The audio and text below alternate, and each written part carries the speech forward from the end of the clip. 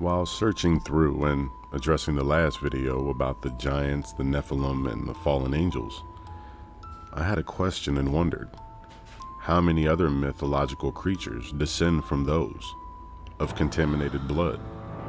Remember, it did say there were giants in those days and after, and as the generations changed, the giants seemed to become smaller and smaller. So my question was, how many different types, different beings could have come from the fallen?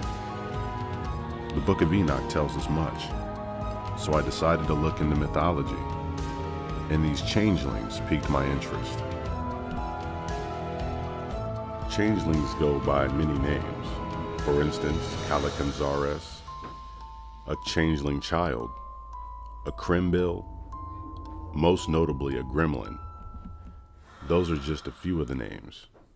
Now let's get into exactly what one is. A changeling is what a fairy leaves behind when it steals a human child. This being looks at best like a sickly version of the child that it's stolen. Only a child who has not been christened can be taken.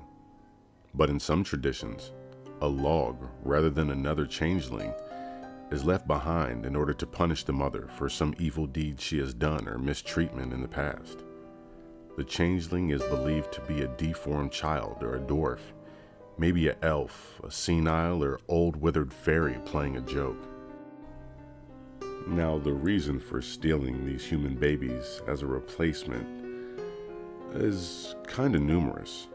Some sources say that it can be done because the fairies are a real race.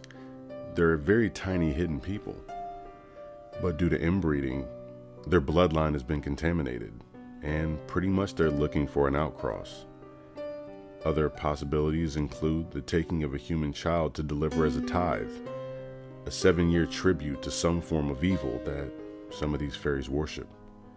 Now that's terrifying when you think about it. Some sources say, depending on the type of fairy, that these human babies are a gift or a desire. Being wonderfully beautiful, they only take the most beautiful children, but they enjoy them as playthings or slaves, maybe even when they grow up to become their significant other. But changeling folklore is said to have originated to explain why a child is born with physical or mental defects. But I don't necessarily believe this to be true, as the story of the changelings show up everywhere from China to France to Germany, Great Britain, Greece, Ireland. They can be heard of in Indian folklore, Scotland, and Scandinavian countries. So let's be honest here. Think of all those places that these stories originate, but this same type of entity or being is still there. How could this be in so many places all at once? Makes you think, doesn't it? Well, one thing that all these places have in common, especially with the changeling, is in the method to return it to a human child. To expose a changeling may be as simple as making it laugh or doing something amazing that shocks the fairy into leaving of its own accord. And that is why it is said that if you have a perfectly healthy, laughing, smiling baby who all of a sudden falls ill and does not smile, seems like it has no emotion, that is when you want to question if your child has been swapped for a changeling. Now, for some of the methods, they weren't all nice on figuring out that one was a changeling.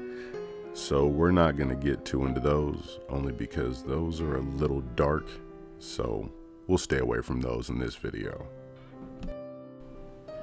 In certain parts of Great Britain, changelings are described as almost baby-looking creatures, having some type of deformity, maybe noticeable intellectual disabilities. They come with an overly large head and extremely pale skin, but they are known to play little tricks, such as breaking sentimental or valuable objects, things that you really like. They've even been known to play music which forces people who are near to dance against their own will. They're extreme kleptomaniacs, and they steal items when no one's looking. They just can't help it. And in Welsh folklore, it's not immediately apparent when a changeling has been placed. Only after a period of time does it take on its natural behavior and form, what it truly is. Eventually, it will gradually become deformed, ill-tempered, and ugly, having fits of uncontrollable biting and crying and rage. In addition to its difficult behavior, the child will show extreme cunning and wisdom, more appropriate than any adult. Kind of a sort of payment for caring for the changeling. They will leave some money, and it may be found every day in the same place. But as long as the family cares for the changeling, it will continue to grant them money, wisdom, and other things that the family does not know. Now, there is one thing about these changelings that makes them easy to identify. It was said by a few authors, researchers, and people who studied folklore that there was once a woman. She knew that her child had been swapped out for a changeling. She had been advised to brew beer in an acorn and let the child watch. That it exclaimed, "I'm as old as any oak tree in the woods, but I have never seen any beer brewed in an acorn." Then suddenly it jumped up and disappeared. There are numerous tales of these changelings. I'll share one with you. In Carrie Osmond lived a shepherd's wife, whose child grew very peevish and difficult to nurse. Neither she nor her husband knew what was the matter with the child, or what was to be done with him, until the tailor came to make clothes of a web of homemade cloth newly from the waking mill. Next day after this, his arrival, the shepherd's wife went to the peat moss and left the child under his care until she could return. Shortly after she went away, she did the tailor hear behind him but the sweet music of bagpipes.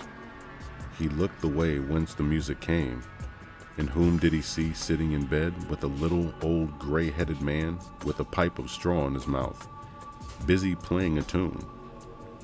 He kept playing this tune until he heard the woman coming. Then the music ceased, and he was once again a little child. The tailor told the old woman nothing of what he had seen or heard while she was absent. The next day, when she went the second time to the peat moss, he took an egg and emptied the shell of its contents and filled it with water. He placed it near the fire. The little old man's curiosity was so much excited that when he saw, he turned around and said, "What are you going to do with that, tailor?"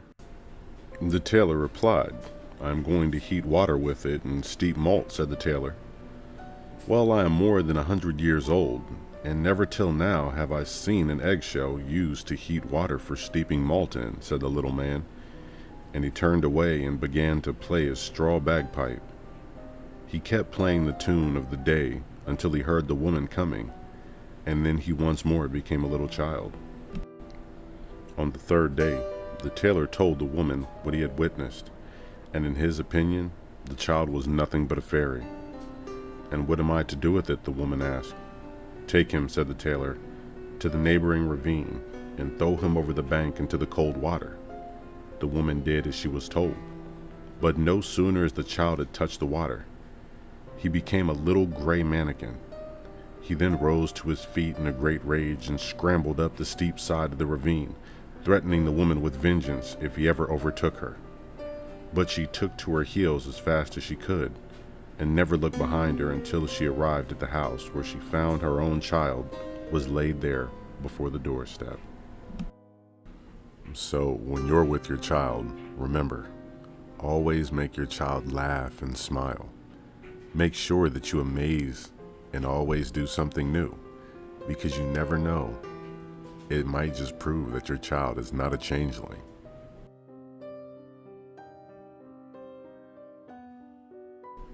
Please feel free to leave comments and let me know how you like the video. I've been studying a little mythology and would like to incorporate it into what I've already been doing. So thank you, and I hope you enjoyed.